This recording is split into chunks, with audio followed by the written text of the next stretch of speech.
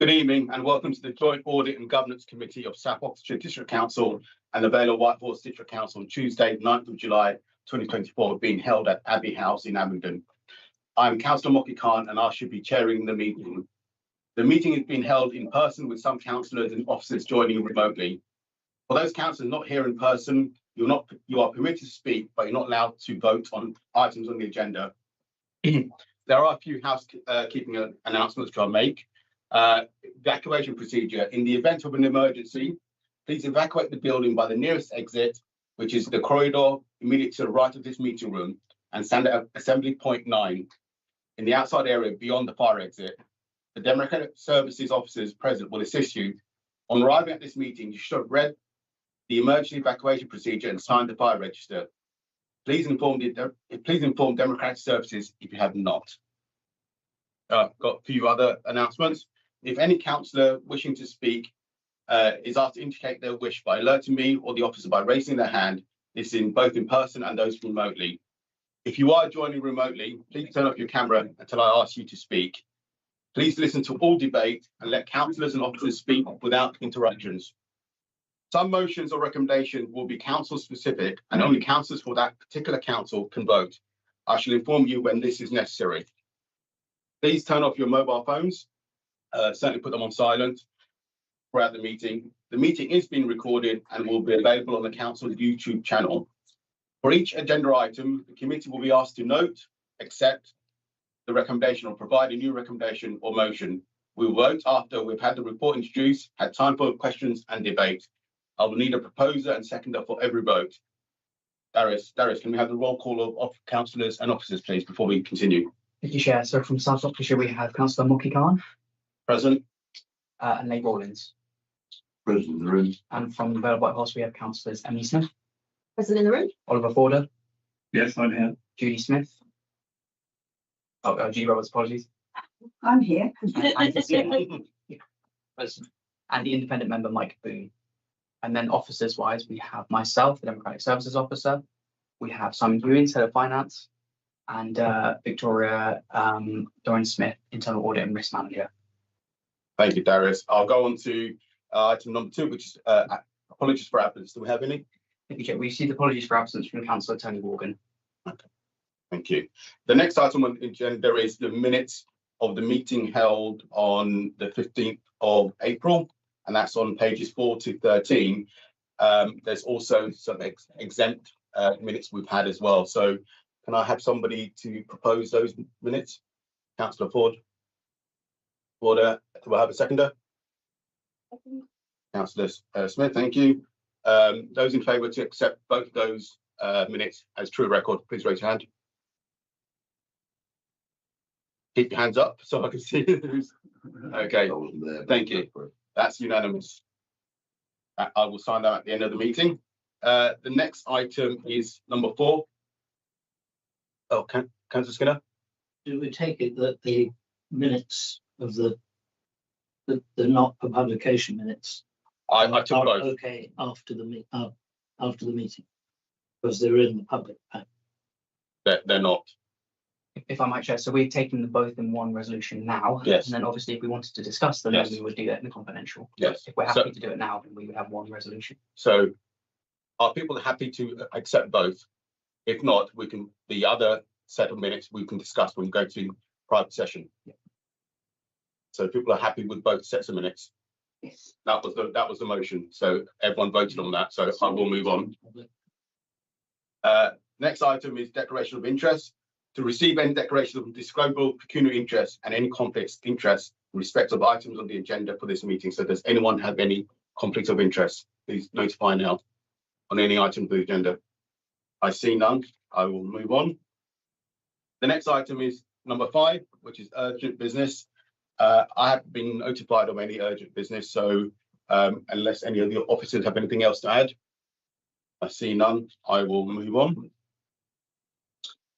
On to item 6, which is public participation, and I'm hoping we have got someone.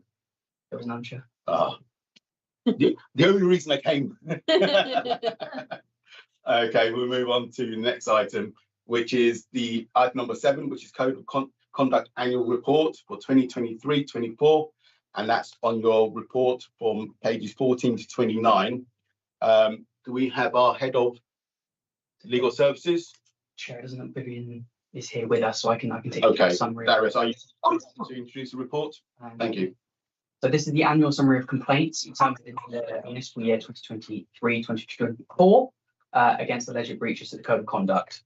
And it also updates members on ethical standards across the authorities with anonymised highlights of the typical complaints that we have received. So we're also satisfied that the revised arrangements for investigating complaints, which were agreed at the meeting on the 30th of November 2021, has been effective as a number of complaints are being addressed at the very early stages. And a summary of the complaints that I indicated can be found in the appendix to the report. And one of the new updates to the report was the inclusion of the parish council name in that appendix, so you can get an idea of where these complaints are coming from. Although we always try to keep these cases confidential. The rest of the information can be found in the report. Okay. Thank you, Darius, for giving us an introduction summary. Do any of the council members, committee members, have any questions? And if you do, please, if you're referring to a specific part of the report, please say what page it's on.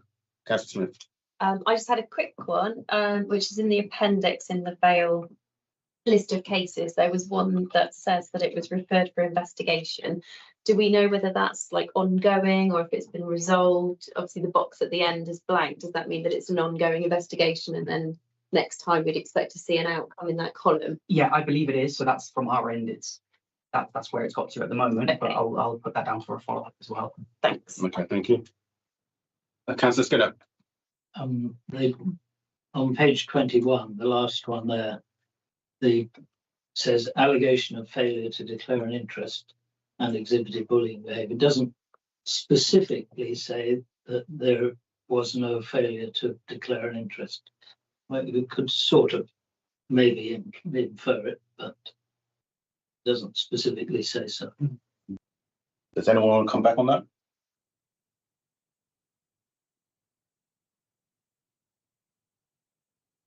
I can get more information. Okay. I just think it's an allegation, so it ought to be cleared down. Yeah. Since No, of course. Obviously, some of these are confidential. So if we do need to go into further details, it would have to be in another session. This is just giving a top line summary of some of the Code of Conduct complaints that we've received. Any other comments or questions on this report? I see none. So what we are asked to do is to note the annual report for the Code of Conduct for 23-24. I'm happy to propose that we note this report. Obviously, Darius will come back with any comments that you raised. We'll have a seconder. Thank you, Councillor Rawlings. All in favour? Thank you, that's unanimous. So that will be noted. So the next item is item 8, which is the internal audit annual report for 23 to 24, pages 22 to 29. And I'll ask Victoria to introduce the report, please. Thank you. Thank you. The report sets out the overall internal audit opinion for 23-24 for South and Vale, which is prepared in accordance with the public sector internal audit standards. Overall, there is a satisfactory system of governance, risk and internal control. The opinion is formed taking into consideration a number of factors, and those are detailed on page 24. Further information on the audit coverage and results from 23-24 are found on pages 25 and 26. Happy to take any questions. Thank you for that. Thank you for introducing that, and thank you for such a concise and logical format and report. Any comments or questions from committee members? Councillor Smith. Councillor Smith, then Councillor Rawlings. Okay. Thank you for the report. It's really clear and it's really positive overall as well. So thank you for all the work that's gone into it. I just had a quick question, which was just about capacity, really. So obviously the value add work, you talked a bit about some of the additional newer audits that have kind of been brought into the picture. And obviously there's quite a lot going on. So I just wanted to ask about capacity, really. And do you feel like you've got we've got enough time and resource to audit all of the things that are going on at the moment? Yeah, it's a good question. It's something I was discussing with Simon today, actually. So it's something that we're always looking at. At the moment, I think we're okay. We're always sort of seeing what could we drop if we need to, or what could we deprioritize, or maybe shift out a year. So if more work comes in, I think particularly down the transformation sort of line, we would need to maybe reprioritize a few things. One of the options could be for the key financials. You know, we do them every year, but actually, as you can see, the results are pretty good. So could we, we've trimmed them down as much as we can. Could we then maybe do them sort of less frequently? That could be an option, which would free up quite a bit of time. So there's a bit of flexibility, but yeah, I think it would depend when the work comes and kind of what's important at that time, really. So yeah, it's something I'm aware of, and I talk to Simon about regularly. At the moment, we're okay. Yeah, That's great. Thank you very much. Councillor Rawlings. Yeah, I just noticed that there were a couple of priority ones there on the report life cycle process, and I just wondered what that was about. Oh gosh, you're testing me now. I think a lot of it was around recommending having sort of detailed process notes around the flow of reports and how they get to the different stages for decision making, which are now in place. I think that was one of the critical ones. Right. And yeah, having appropriate sign-offs in the report, so making sure the right people are reviewing the reports and actually formally signing them off. All of the actions that were priority one are now closed off. Okay, thank you. So that's really good. They were actioned quite quickly, actually, following that all.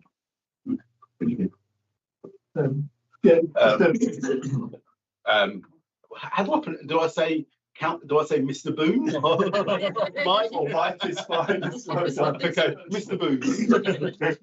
Okay, Victoria, just trying to understand a little bit about sort of your approach to it, because you have things that cover functions and departments, and something like safeguarding, for an example, is something that probably runs through every different department. How do you approach that so that you can then measure it without doing it through every department, or do you do it through every department?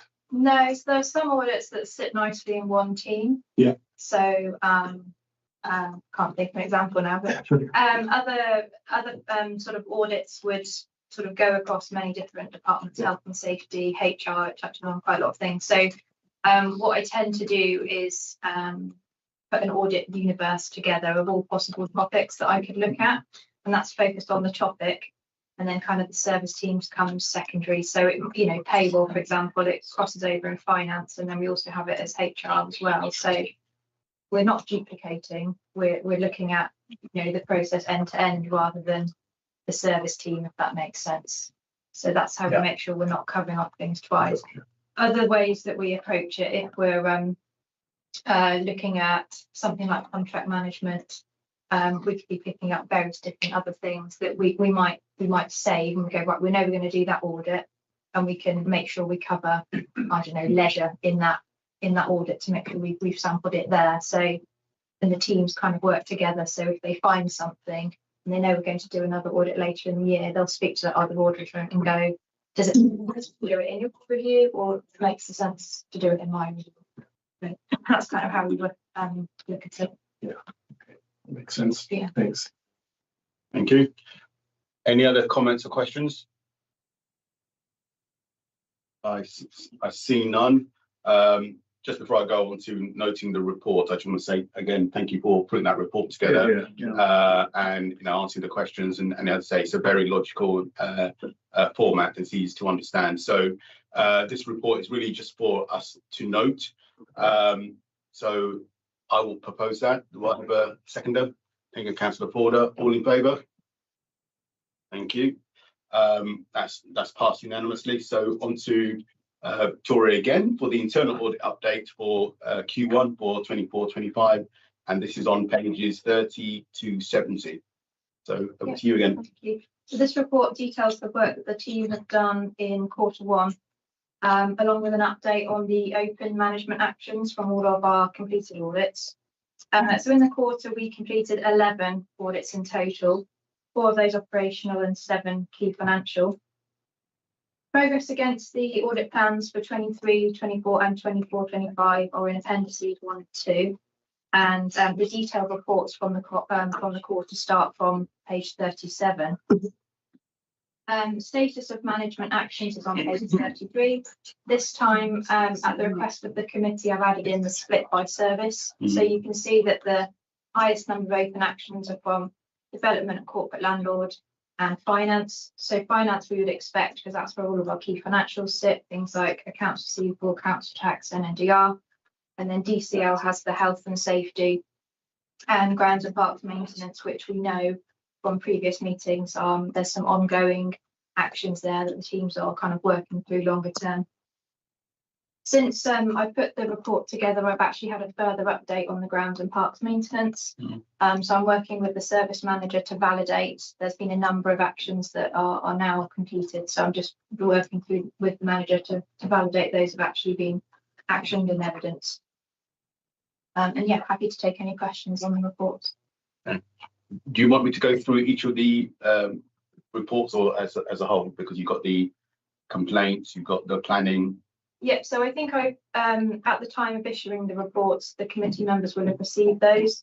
So if there's any questions on those, then yeah, feel free. So you're happy to take questions on any of the reports now? Yeah, rather if than it's on the individual. detail of the report, I may need to come back to you because there's a lot of detail, but yeah, happy to take any questions on Okay, thank you. Councillor Forder. I'd like to ask a general question really, because I was scrolling through these earlier today, and on the whole, they give a very good message, I think, of how things are going.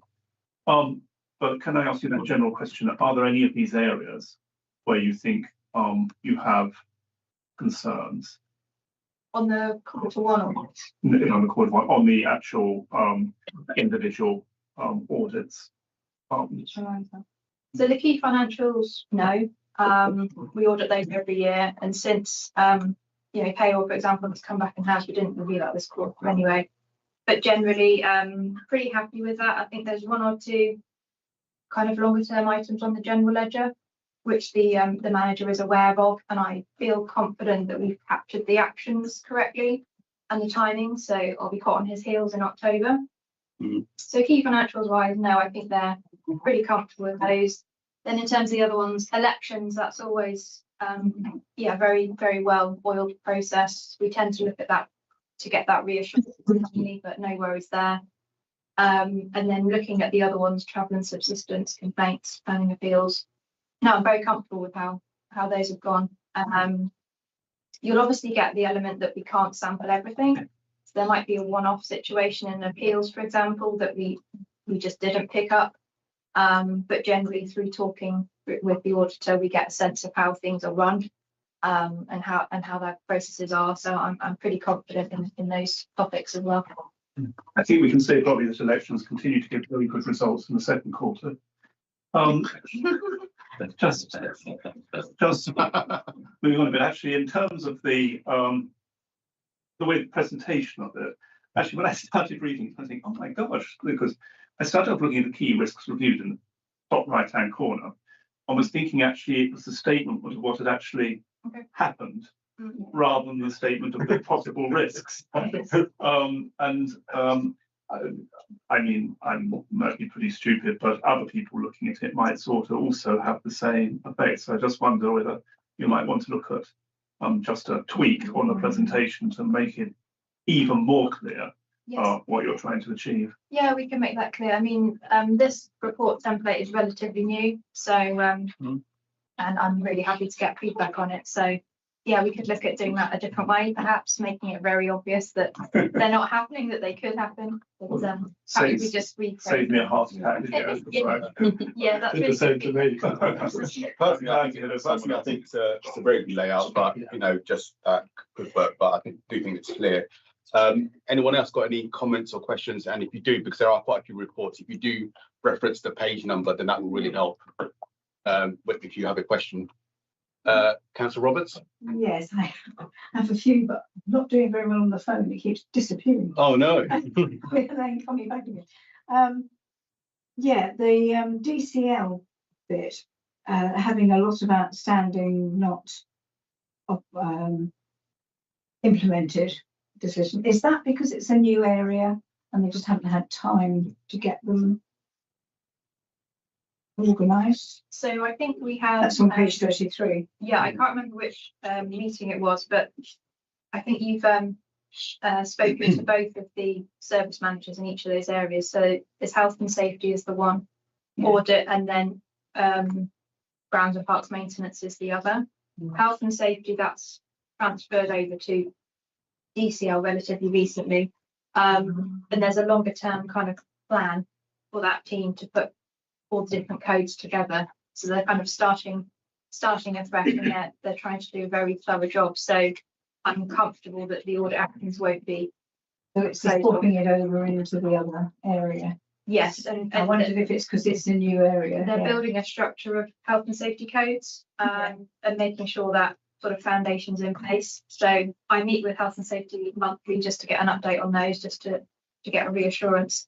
So that's the one aspect of it. The other aspect is grounds and parks maintenance, which I believe underwent our audit, followed by transformation review, followed by a loss of personnel. So I think there's just a few factors there. But again, they've got a detailed action plan, which, as I say, I've seen a recent copy, and they are making progress towards those as well. My next question was on complaints. That's much more than we normally have. Is that because we've taken on running housing? Is that where the complaints are coming from, or are these more generic ones? It's just that we don't normally have very many. Referring to a specific. Well, I was looking at the table on page 99 page. How many pages are this big? Page 2, not 2. Yeah, there are pages on the left-hand side and there's pages at the bottom. Page numbers. The internal complaint So page report 2. starts on 41. So item 9, page 2, which doesn't make sense to me, but I think that's Yeah, page gender item. 44 of the pack. Yeah. Page 44. I mean, yes, we will be dealing with housing now. Is there a specific? I was going to chip in, I wouldn't have thought, but at the point at which you did this audit, we wouldn't have had many No. housing plans, if any, to be honest. I'm just trying to remind myself as to. Yeah. Is there a specific part of the report that I can take away and have a look at? Not quite sure which bit you're referring to. Yeah, if you can be a bit more specific, otherwise we can get Victoria to respond by writing. The other thing I'd say is obviously complaints comes here as a report in its own right on an annual basis. So that question is definitely be worth asking when we get that item come at a later date. I mean, I think the audit itself is of a process of, correct me if I'm wrong, Victoria, but it's actually how the complaint is managed. It wouldn't necessarily be looking at why complaints have increased. I think that's the report that will come here. I think your audit is more about how the complaint is managed. Yeah, Darius, maybe worth just noting that question, because to remember that question in 3-4 months' time may be a bit difficult. Do you have any more questions before I go to someone else? Yeah, go to somebody else. I'll come back to you. I'll come back to you trying to get your IT to work. Any other comments or questions? Mr. Boone? Yeah, just on sort of measurement and numbers within it, because it's quite process focused, which I think is obviously the main part of your role. But for instance, on page 57-ish, internal audit report, joint accounts receivable, and about debtor levels and so on. So it's sort of saying that invoice processing, recovery processes and so on are in place, but there isn't a sort of comparison in terms of what the percentage debt over a certain age is, and whether that's changed from the previous year and so on. Is it within your remit to be commenting on that? Because they can have all the processes in the world, but are they being effective? It's the numbers that would show you whether they're effective or not. Is that knowledge? Yes, I mean, I would say that we normally gather that data as part of the audit process. So it might be that we've got in the working papers, it's made it through to the report. Right. Are you talking about accounts receivable? Yeah, I'm not sure that's an appropriate example, but Said it was page 57, was that? yes, yes, which is accounts Okay, receivable, yeah. And then apart from it, invoices on hold, it's got, at the time of the audit, there were 26 suppressions for Vale and 36 for South. So I'm not sure how that compares with other things, and there's no other sort of measurement in terms of comparative. Yeah, maybe we've just missed it on this occasion then. The only other place it could be, which isn't included here, is in the detailed findings itself. But yeah, it's something that we usually put out the key statistics in the key findings section. If it's not there, then we probably have it in the working papers and I can get that. That's of interest. But generally, to answer your question, we do try and put out the key stats. Perhaps on this occasion we've missed it. Okay. Is this on the aged receivables? Yeah. Yes, it was. I mean, I was taking that as an example, but Yeah. it's sort of, you know, checking on all the processes, but actually what's happening with the numbers. Yeah, generally we would do a sense check of the numbers as well. Obviously our priority is on process, but if we see, you know, debt balance increasing and nothing has been done about it, we'd probably pick it up anyway because the process is clearly not working. But yeah, in this occasion, it might be a stat that we've just simply omitted. Yeah, because the numbers tell you where to look and whether you need to review your process or introduce new training or whatever it might be. But yes, we do look at the numbers. Yeah. But you just haven't made it to the report on this occasion. Okay. Thank you. Thanks. Do you have any more? No, it's Okay. Councillor Skinner, then I'll go to Councillor Roberts. I just wonder whether, I mean, looking at this crudely, priority 1 says it requires the immediate attention of management. And we've just got a huge number, particularly as you say from DCL, with no end date. Just wonder whether there's some more useful way of categorizing things. I mean, the implication that we've discussed already is that things are ongoing, but there are so many high priorities. There's no obvious way from the outside to spot anything that's desperate from the other things. And indeed, there's no classification available to highlight anything that's desperate. You know, something really shocking could come along and we wouldn't spot it. Yeah, so are you referring to the open management? Yes. So And the number of things, just the number of things that have an expected completion date, TBD, makes no real sense to me. So on the categorization, it would either be high, medium or low under the old scoring. Yeah. Or priority 1, 2 and 3. And we do that to keep it simple for the service team so they know, do we need to action it straight away? Do we have a bit of time or is it kind of lower priority?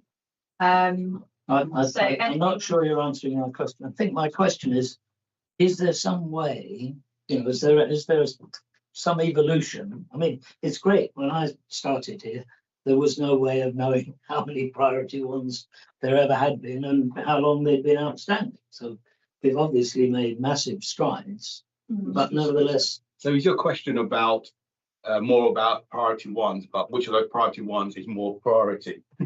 Is that what you're trying to say? Because you're from my understanding is you just want some of them to be prioritized.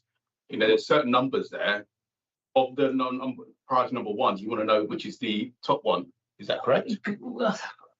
Well, they say here they're fundamental to the integrity of the services business processes and require the immediate attention of management.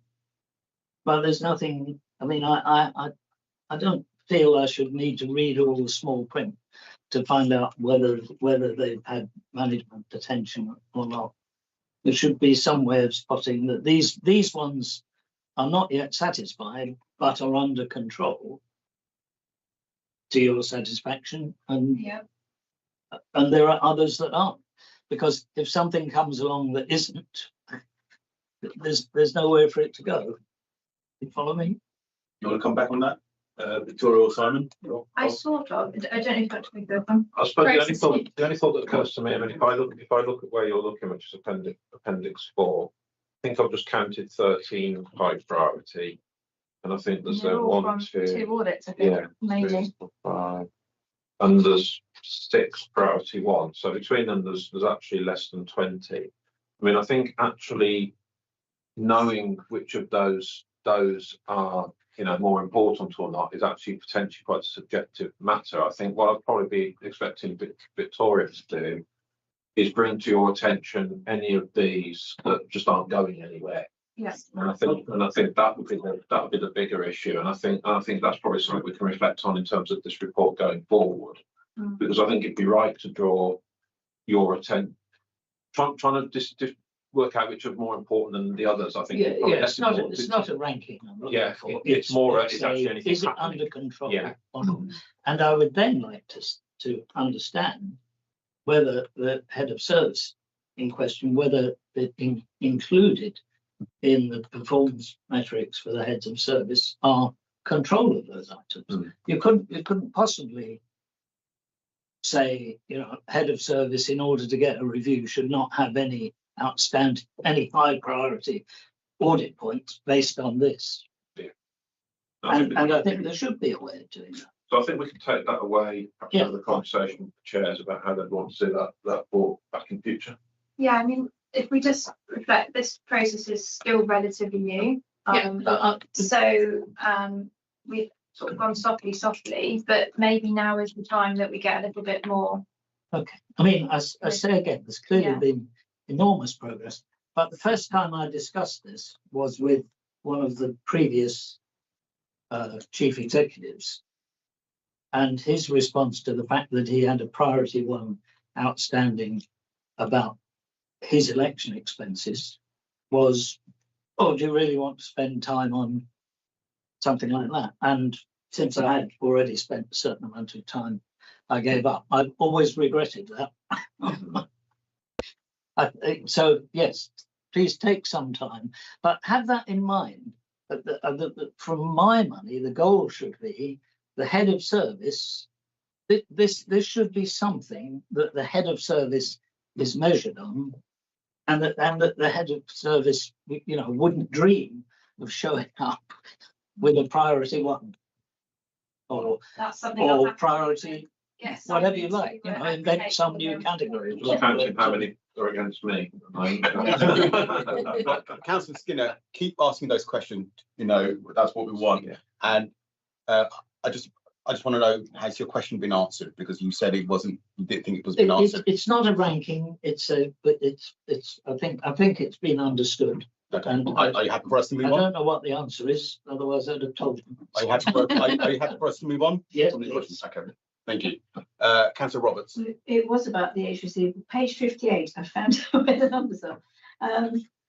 It was the fact that and they had not received an aged debtors report for over 2 years, kind of worried me a little bit. That's on recovery process.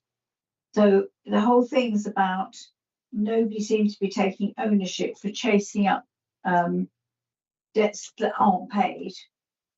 And it came across a little bit as, although it's not coming up as a 1, it just came, you know, because there aren't any ones in this bit, but I didn't like the idea, you know, if you've got debt outstanding, it should be being looked at every finance report. And if it's getting old, then you've got to see why that's not being chased up.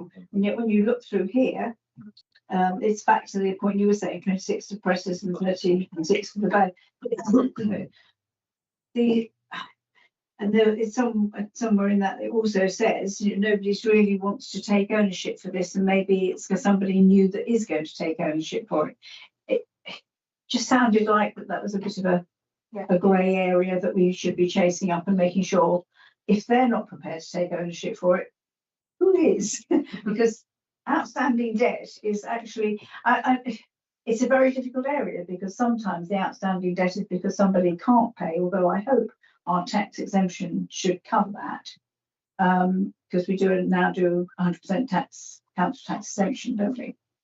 I'm looking at Simon, he's looking at me That's bright. more relating to council Yeah. tax collection. This is more sundry. This isn't council tax.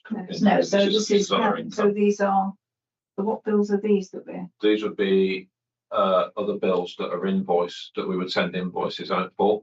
So that wouldn't include council tax and an NDR. But it would be contractors and. It would, yeah. Or That's even bigger. customers that receive That would services be from even us. bigger. Not financially in the same category as council tax and business. So some of rates. these might be very small. They could well be very small amounts. I think I'll just had a quick chat with Victoria. I think the easiest thing for us to do is to come back to you with more detail on that. I Okay, think that's it just looked a bit like nobody was really particularly worried about it. And if it's a very small amount, I can see why. If it's Yeah. quite a large amount. and I think that's the context that's probably needed to that. It's But the amount. yeah, we'll come Yes. back and check. I mean, we do. So if it's petty cash. We do debt recovery, and I know that because the other thought that occurs to me is it's all going back to the point about the value. I mean, the value can vary. The value varies from day to day, depending on what invoices are raised and what we produce. So it might be worth us just going back and looking at those stats as well, and we'll come back to you on the debt recovery process. Yeah, and the fact that nobody looked at a report for 2 years, kind of, really? Yeah, you see, the thing is, the report is available to be reviewed. So my concern reading that is that feels like that's a comment from someone who doesn't realise or probably has been told and has forgotten the report exists. Or And they it can could look be at it that anywhere somebody's they want IT to. looked to see who's opened it. Yeah. In which case, it's not being used. Yeah. And there's usually a reason why something like that is not being used. And often you need to design it differently or put it in the system differently. If nobody's using it, it's not serving its point. Yeah, we'll take those away. Okay. Thank you. Councillor Porter, you had your hand up? Yes, I was just going to say, if the report actually comprises a lot of very small debts which have been outstanding for some time, it may be appropriate to write them off and clean the report up. Yeah. But they shouldn't be hanging around. I wouldn't expect them to be hanging around there and taking up a lot of time and effort. Any other comments or questions? See none. Victoria, is there anything else you want to ask before I go to note the report? Okay, thank you. So it's really for us to note the report and obviously for Victoria and the team to take on some of our comments. So again, I'm happy to propose. Do I have a seconder? Councillor Smith, all in favour?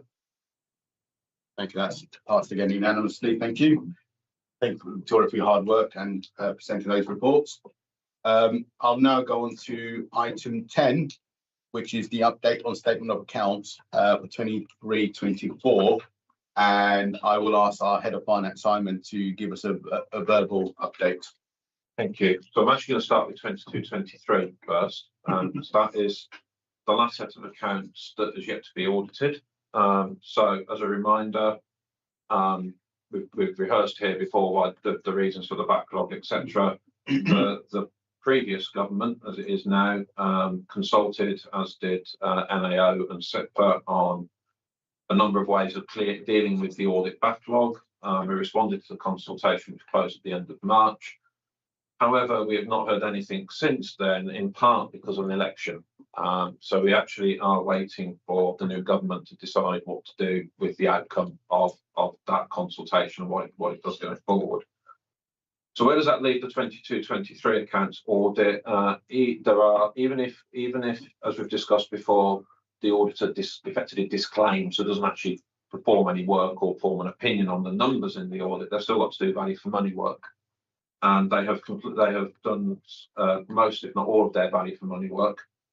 They would have brought it here tonight if we'd had the outcome of the consultation and where we were going, but we don't. So they've held off, and we'll come back when they know what the situation is, because obviously we're all assuming that the consultation proposals will be adopted, but who knows? So where we are with 22-23, our draft, the draft accounts are online. EY have done what they need to do. We don't expect them to do any more.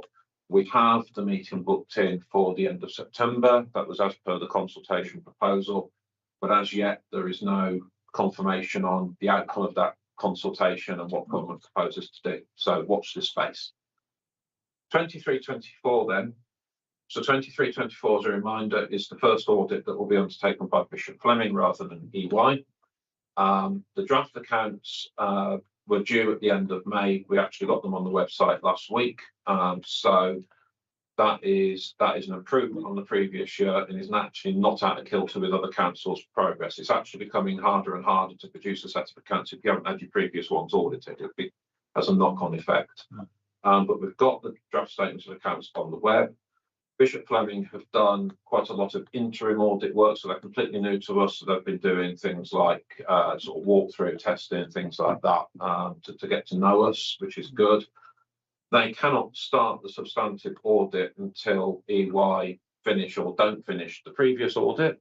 So we're not expecting to see them until October, assuming the proposals in the consultation are adopted. That's the earliest we will see them. And I think if the consultation proposals are adopted, I think the deadline for this set of accounts to be audited is, I think it was next May or next July. So as it stands at the moment, we have gone as far as we can in terms of getting the accounts drafted and on the website. We're currently in the inspection period that's mandatory, but we cannot say for certain when they will be audited. There is mud, really. What is that? Yes, thank you for that. Governmental desk. Any comments or questions? Councillor Forder. I just wanted to ask through you, Councillor Carr, how you're finding the transition to the new auditors, whether it's being successful and whether it's taking up a lot more of your time. At this stage, I think it's all been good. I mean, we are working with people. Yes, they're working with a new audit firm, but the partner and lead we're working with are, they've got background and they know councils, they've done councils before. I think, and I've probably said it here before, I think the real challenge is going to be, depending on what EY audit or don't audit, where does that lead them doing their audit? And I think that's the thing none of us actually know the answer to at the moment in terms of what that will cause. But at the moment, all good. Thank you. Thank you for that. Any other comments or questions? I see none. Thank you for that, Simon. I thank you for that report. I will now move on to the work programme, which is on pages 71 to 78. And Darius, do you want to quickly introduce that, please? Yeah, thank you, Chair. So as you can see on 74, that's the next meeting, which is on the 26th of September, and that will be for the statement of accounts that we've just mentioned. Or at least that's scheduled in. And then the next substantive meeting will be on the 15th of October. And the only other item that I want to add to this, actually, since the agenda was published, is that at the latest cabinet meetings, there was a future Oxfordshire partnership item that was recommended to be sent round to the Joint Audit and Governance Committee. So I'll be discussing that with the co-chairs and officers about when best to fit that in, so we can comment on that one. Thank you, Chair. Okay, thank you. There's quite a few items on the work schedule, which is good, but if there's anything else that people want us to bring forward, please do ask. But on the current work schedule, is there any comments or questions? All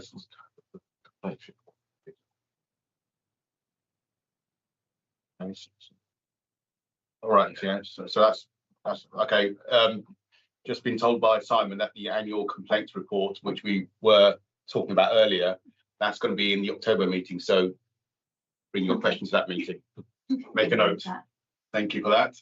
Unless I don't see any other comments of Councillor Rawlings. Just a question, Simon, we're on track, are we, for the Treasury strategy stuff that we're expecting changes? We've engaged Link. We're just going through their proposal with them. We are looking to bring their findings back to this committee in October as it stands at the moment. Okay. Don't see anything else, so I will propose that we note this work schedule. Can I have a seconder? Councillor Rawlings, all in favour? Thank you. That's noted. Okay, next item is I have to, before we can discuss it, I need to exclude the public, so I just need to say a few words. As the next item contains a disclosure of exempt information as defined in paragraph 3 of part 1 of Schedule 12A of the Local Government Act 1972, And as the public interest in maintaining the exemption outweighs the public interest in disclosing the information, I would like to propose a motion to exclude the public and press. And I'm going to propose that. I need a seconder. Councillor Rawlings, all in favour? Thank you. That means we are going to go to private session. So we'll need to stop the screening at the moment.